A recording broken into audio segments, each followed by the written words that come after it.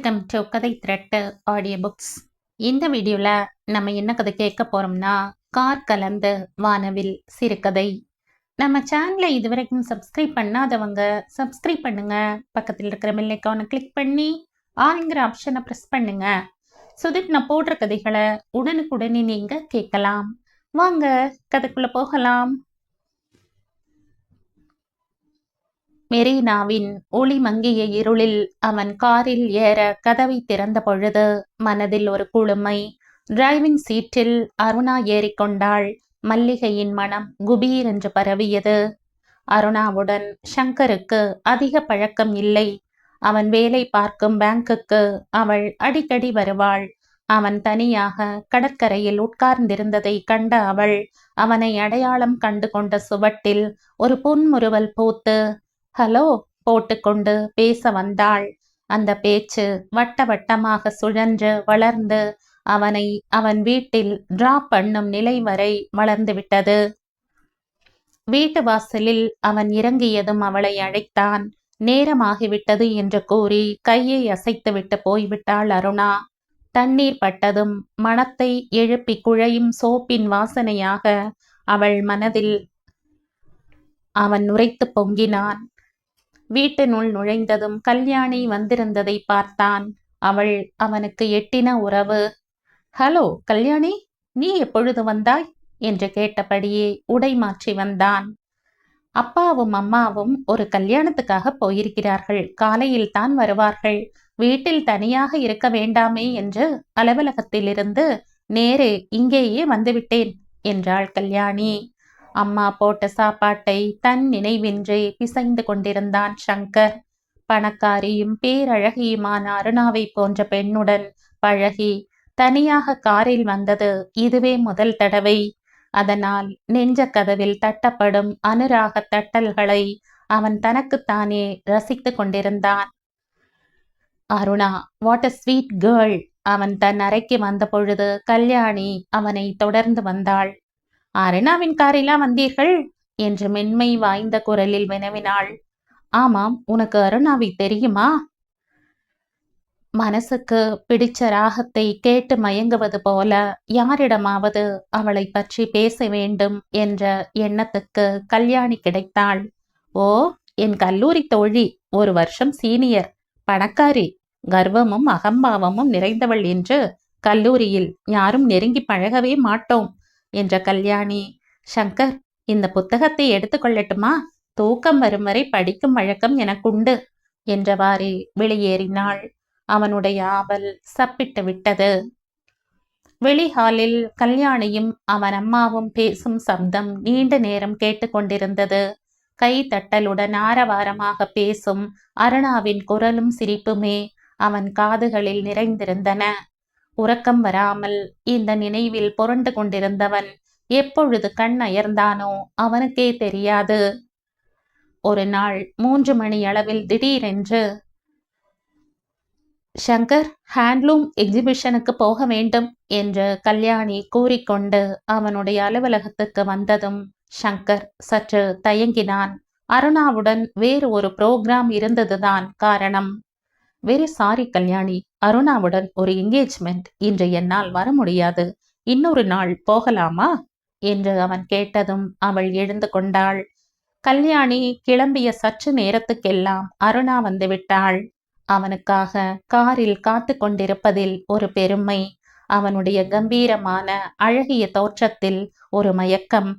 அந்த கம்பீரமான எடுப்பு தோற்றத்துக்கு இணையாக தன்னை அலங்கரித்துக் கொள்வதில், தன் தோழிகளுக்கு அவனை அறிமுகப்படுத்தி வைப்பதில் அவளுக்கு தனி ஆசை உண்டு. அவன் எதிர்பாராத பொழுது அவனை தன் வீட்டுக்கு அழைத்து சென்று விட்டாள் அருணா. அந்த வீட்டை பார்த்து அவன் பிரமித்துத்தான் போனான். அவள் வசதி படைத்த ஒருவரின் செல்வ மகள் என்பது தெரியும். ஆனாலும் இவ்வளவு பணக்காரியா? அவன் வரவை அவள் தந்தை எதிர்பார்த்து கொண்டிருந்தார் என்பது பேச்சின் ஓட்டத்திலேயே புரிந்தது. Very glad to meet you என்ற அவன் கரத்தை பிடித்து குலுக்கியபடி அவள் தந்தை, அருணாவின் அக்காவோ என்று ஐயுறும் வண்ணம் அலங்கரித்து கொண்டு வந்த அவள் அம்மா, அந்த பெரிய ஹால், அதில் வண்ணமாக ஒளிரும் கண்ணாடி சர விளக்குகள், மூலைக்கு மூலை குடிகொண்ட மௌனம் எல்லாம் அவனை பிரமிப்பில் ஆழ்த்தின. மௌனம் நிறைந்த இடத்தை இனிமையாக்கும் சன்ன இசையாக அவன் அந்த நினைவை போற்றினான். அந்த நினைவின் சுவட்டில் கல்யாணி நிற்கும் இடையே அவனுக்கு தெரியவில்லை. இந்தியாவை பார்க்க வந்திருக்கும் 4 அமெரிக்க நண்பர்கள் எங்கள் வீட்டின் விருந்தினர்களாக தங்கியிருக்கிறார்கள். அவர்களுடன் நாம் ஒரு வாரம் மகாபலிபுரத்தில் தங்க வேண்டும். அந்த 4வரில் ஒருவர் கலிபோர்னியா சர்வ கலாசாலை மாணவர், சரித்திர ஆராய்ச்சியாளர். அவருடைய சரித்திர ஆராய்ச்சிக்கு நம் மாமல்லபுரமும் ஒரு குறிக்கோளாக அமைந்திருக்கிறது. அது சரி, நாம் என்றால் நீங்களும் எங்களுடன் வரப்போகிறீர்கள். அவனுடைய மகிழ்ச்சிக்கு எல்லையே இல்லை. அவளுடைய உற்சாகம் அவனையும் தொத்திக் கொண்டது. அதனால் எப்படி, எங்கே போக வேண்டும், என்ன மெனு போட வேண்டும், அவர்களுக்கு நம் நாட்டின் நினைவாக என்ன பரிசு தரலாம் என்றெல்லாம் இருவரும் பேசி தீர்த்தார்கள். புதிதாக சில பேண்ட் கோட் என்று தைக்க கொடுத்தான். செலவை பார்த்தால் முடியுமா? அருணாவுடன் தங்கும் பொழுது ட்ரிம்மாக தோன்ற வேண்டாமா? இரவின் உறக்கத்தில் கூட அருணாவுடன் பேசிய பேச்சுக்கள் சுகத்தையும் உல்லாசத்தையும் கொடுத்தன. இதழ்களில் ஒரு புன் சிரிப்பை தவழவிட்டன.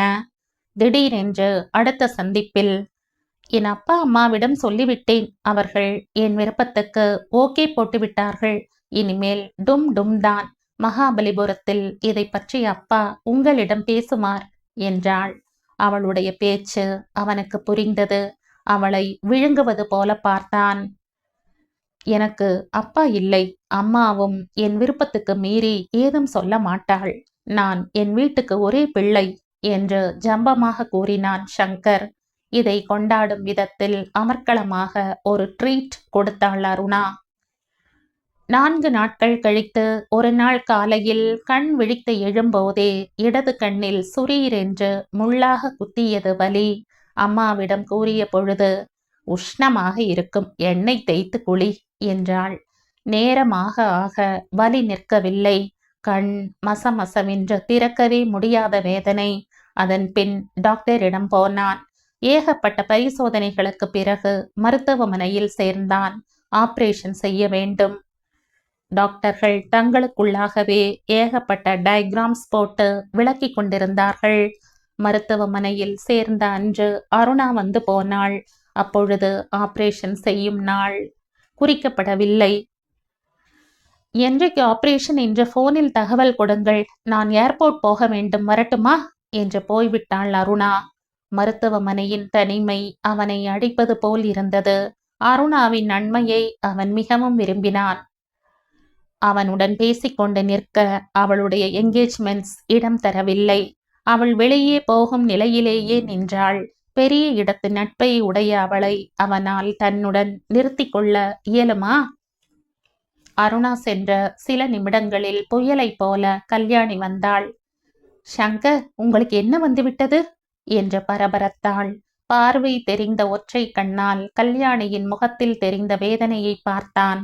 அந்த பரபரப்பு அவனுக்கு திருப்தியாக இருந்தது.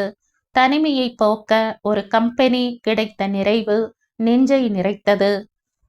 அதன் பின் கல்யாணி தினமும் வந்தாள். என்ன இருந்தாலும் அருணாவின் கலகலவென்ற சிரிப்பும் சிரிப்பு கலந்த பேச்சும் கேட்காதது அவனுக்கு வருத்தமே. ஆபரேஷனுக்கு முதல் நாள் அவன் அருணாவுக்கு போன் செய்தான். ஓ சங்கர் டியர், வெரி சாரிமா, என்னால வர முடியாது. நான் அமெரிக்க நண்பர்களுடன் மகாபலிபுரத்துக்கு போக போகிறேன் என்பது உங்களுக்கு மறந்துவிட்டதா? பாய் பாய் என்ற அருணா போனை கட் பண்ணினாள். கல்யாணி உள்ளே நுழைந்தாள். அலுவலகம் போகவில்லை, இவ்வளவு முன்னதாக வந்துவிட்டாயே கல்யாணி என்று கேட்டான் அவளை பார்த்து. இன்றிலிருந்து இன்னும் ஒரு வாரம் லீவ் போட்டிருக்கிறேன். நாளைக்கு ஆபரேஷன் ஆயிற்று. உங்கள் அம்மா இன்னும் சிறிது நேரத்தில் வருவார் என்ற கல்யாணி அவன் சாப்பிட வேண்டிய மருந்தை எடுத்து கொடுத்தாள். வீட்டுக்கு வந்து விட்டான் சங்கர். வெளிச்சம் படக்கூடாது என்பதால் ஜன்னல்களுக்கு கர்டன் போட்ட அறை ஒன்றில் இருந்தான். கண்களுக்கு கருப்பு கண்ணாடி, பொழுது போக டிரான்சிஸ்டர் ஒன்று. 2 வேளையும் கல்யாணிதான் கண்களுக்கு மருந்து போடுவாள். 4 நாட்களுக்கு ஒரு முறை டாக்டர் வீட்டுக்கு வரும்பொழுதும் அவள்தான் துணை இருப்பாள். ஓ கல்யாணி, உனக்கு நான் எவ்வளவு சிரமத்தை தருகிறேன் என்று மனதின் நெகிழ்ச்சி குரலில் தழுதழுக்க கூறி மருந்திட்டு விட்டு நிமிர்ந்த பவழ மல்லி போன்ற கரத்தின் விரல்களை பிடித்து கொண்டான். இதில் என்ன சிரமம் சங்கர் என்ற கல்யாணி முகத்தை திருப்பிக் கொண்டு தன் கலக்கத்தை மறைத்து கொண்டாள். இப்படி பணிவிடை செய்யும் தனக்கு அவனிடம் என்ன இடம் இருக்கிறது? கண்ணில் துளிர்த்த நீரை கரை கட்ட வழி இல்லாமல், சங்கர், இன்று உங்கள் நட்சத்திரம், அர்ச்சனை செய்ய வேண்டும், நான் கோயிலுக்கு போய் வரவா என்று கூறியபடி நகர்ந்தாள். மறுநாள் மாலை உறவினர் ஒருவர் வீட்டு கல்யாணம் ஆனதால் தட்ட முடியாமல் அம்மா போய்விட்டாள். கதவின் மேல் நாகரீகமாக விழுந்த சிறு தட்டல்களை கேட்ட சங்கர், ஓ கல்யாணி, வந்து விட்டாயா? நீ இன்னும் வரவில்லையே என்று காத்து கொண்டிருந்தேன் என்றான். கல்யாணி இல்லை, நான் அருணா என்றபடியே உள்ளே வந்தாள் அருணா. உட்கார் அருணா என்ற சங்கர் கட்டில் அருகே கிடந்த மோடாவை நகர்த்தினான். How are you Shankar? கண் நன்றாக தெரிகிறதா? ஆபரேஷன் ஆகி 10 நாட்கள் தானே ஆகிறது. அதற்குள் என்ன தெரியும்? மருந்து போட்டு கொண்டு வருகிறேன். வலது கண் கூட வலிக்கிறது. அதற்கு தனக்கு ஆபரேஷன் செய்யவில்லை என்ற பொறாமை வந்துவிட்டது என்று நினைக்கிறேன் என்ற சங்கர் சிரித்தான். ஆனால் அருணா சிரிக்கவில்லை. சங்கர் கட்டிலில் தலையணை மேல் சாய்ந்து கொண்டான். மகாபலிபுர பிரயாணம் எப்படி இருந்தது என்று விசாரித்தான். ரொம்பவும் குஷியாக இருந்தது. என்னால் தான் அதில் பங்கெடுத்துக் கொள்ள முடியவில்லை என்றான் சங்கர். உங்களுக்கு மிஸ்டர் ரமணனை தெரியுமா? டென்னிஸ் போட்டியில் கூட வெற்றி பெற்றவர். கேள்விப்பட்டிருக்கிறேன். அவர் சரித்திர MA, எங்க குடும்ப நண்பர். அவரும் எங்களுடன் வந்திருந்தார். ரொம்ப மகிழ்ச்சியான பிரயாணம் என்று ஜாலியாக சொன்னாள் அருணா. சங்கரால் பேசவே முடியவில்லை. மாதங்கள் 2 ஓடிவிட்டன. அருணா அதற்கு பின் சங்கரை பார்க்க வரவில்லை. அவன் உற்சாகம் இல்லாமல் நலிந்து போயிருந்தான். ஒரு மாலை நேரத்தில் கல்யாணியின் காலடி ஓசையை கேட்டவன் அருணா என்று அழைத்து கொண்டு எழுந்தான். ஆனால் கல்யாணிதான் வந்திருந்தாள். அருணாவை தேடிக்கொண்டு கல்யாணி அருணாவின் வீட்டுக்கு போன பொழுது அருணா வெளியில் போவதற்கு தயாராகி காரில் ஏறிக்கொண்டிருந்தாள். ஸ்டார்ட் செய்த காரை நிறுத்தி அவளை பார்த்தவள், ஓ நீயா என்று கேட்டாள். அவள் அருகில் ஒரு இளைஞன் உட்கார்ந்திருந்தான். வியப்பா அலட்சியமா என்ற கல்யாணியால் அந்த தொனியை புரிந்து கொள்ள இயலவில்லை. சங்கரை பற்றி உன்னிடம் பேச வந்திருக்கிறேன். காரில் ஏறிக்கொள், போய்கொண்டே பேசலாம். கல்யாணி காரில் ஏறிக்கொண்டாள். சங்கருக்கு எப்படி இருக்கிறது என்றாள் அருணா. உன்னை பார்க்க விரும்புகிறார். நான் அடுத்த வாரம் இத்தாலி போகப் போகிறேன். திரும்புவதற்கு 2 வாரங்கள் ஆகும். முடிந்தால் அதற்குள் வருகிறேன் என்று சொல். அவ்வளவுதானே? தோ பஸ் ஸ்டாண்ட், நீ இறங்கிக்கொள், நாங்கள் போக வேண்டும். அவள் இறங்கிக் கொண்டாள். புடவை ஓரம் காலில் தடுக்கியது. சமாளித்து கொண்டு கதவை சாத்துவதற்குள், பாவம் ஆள் கம்பீரமாக கவர்ச்சியாக இருக்கிறாரே என்று அப்பா கல்யாணத்துக்கு சம்மதித்தார். கண் டிஃபெக்ட் ஆனதும் அவரை நான் எப்படி கல்யாணம் செய்து கொள்வது என்று அருணா முணுமுணுத்தது கல்யாணியின் காதுகளில் விழுந்தது. தன்னை தேடி சங்கரே வருவான் என்று அருணா எதிர்பார்க்கவில்லை. அவளுடைய அப்பாவும் அம்மாவும் அப்பொழுதுதான் வெளியே போயிருந்தார்கள். ஹலோ, எப்படி இருக்கிறீர்கள் என்று கேட்டாள் அருணா. ஐ எம் ஃபைன், நீதான் பார்க்கிறாயே. அப்படியா என்று அருணா துள்ளி எழுந்தாள். எனக்கு ஏன் போன் பண்ணவில்லை என்று செல்லமாக கோபித்தவள், உங்கள் அழகே கண்ணால் கெட்டு போய்விடுமோ என்று பயந்தேன். உங்களின் கம்பீர அழகுக்காகவே நான் உங்களை விரும்பினேன். இப்படியானதும் என் அப்பாவும் மிகவும் வருத்தப்பட்டார் என்றாள். அடுத்த சில கணங்களில் பலகாரங்களும் காஃபியுமாக வந்தன. அவன் எதையும் தொடவில்லை. பிளீஸ் கொஞ்சம் எடுத்துக்கொள்ளுங்கள் என்று வற்புறுத்தவே காஃபியை மட்டும் எடுத்துக்கொண்டான்.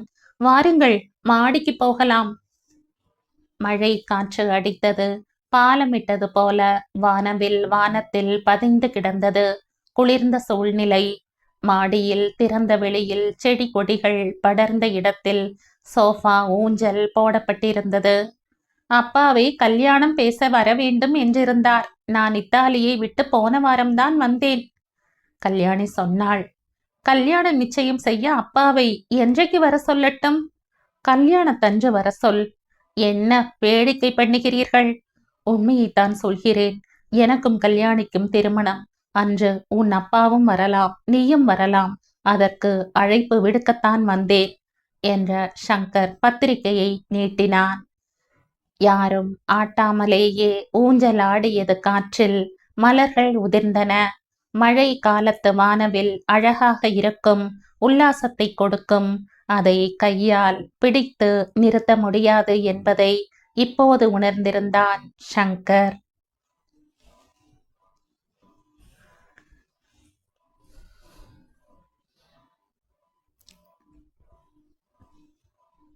இதோட இந்த கதை முடியுது. இந்த கதை உங்களுக்கு பிடிச்சிருந்தா லைக் பண்ணுங்க, ஷேர் பண்ணுங்க, சப்ஸ்கிரைப் பண்ணுங்க. மற்றும் ஒரு இன்ட்ரெஸ்டிங்கான கதையோட அடுத்த வீடியோல சந்திப்போம். பை. தேங்க்யூ.